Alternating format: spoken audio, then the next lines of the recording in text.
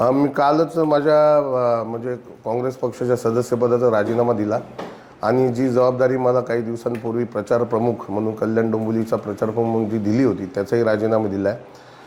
तुम्हाला सगळ्यांनाच माहिती की काही एक महिन्यापूर्वी जवळपास एक महिन्यापूर्वी मी जिल्हाध्यक्षपदाचा राजीनामा दिला होता। मी अजिबात पक्ष सोडला नव्हता आणि त्यामुळे एक महिन्यानंतर मी आता हा निर्णयास आलो की मला काँग्रेसच्या सदस्यपदाचाही राजीनामा दिला पाहिजे आणि जी जबाबदारी मी मागितली नव्हती प्रचार प्रमुखाची त्याही पदाचा मी राजीनामा दिलेला आहे। शिवसेना शिंदे गटाच्या वाटेवर आता उद्या पक्ष प्रवेश होणार आहे अशी माहिती आहे।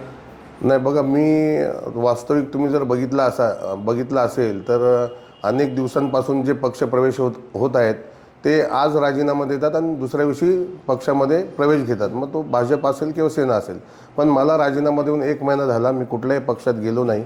गेल्या 25 वर्षापासून मी जे काम करतोय काँग्रेस पक्षामध्ये प्रामाणिकपणे काम केलं आणि 25 वर्षापासून जी नाळ माझी लोकांशी जोडली गेली आहे, जे सहकारी आहेत, मित्र आहेत, त्यांचा विचार त्यांचं मत घेऊन मी गेले 3 दिवसापासून 4 दिवसापासून बैठका घेतोय आणि तो जो कौल देतील, त्यांनी जर कौल दिला की मला भाजपमध्ये गेलं पाहिजे तर मी भाजपमध्ये जाईल, त्यांनी जर कौल दिला मला शिवसेनेत गेलं पाहिजे तर शिवसेनेत जाईल।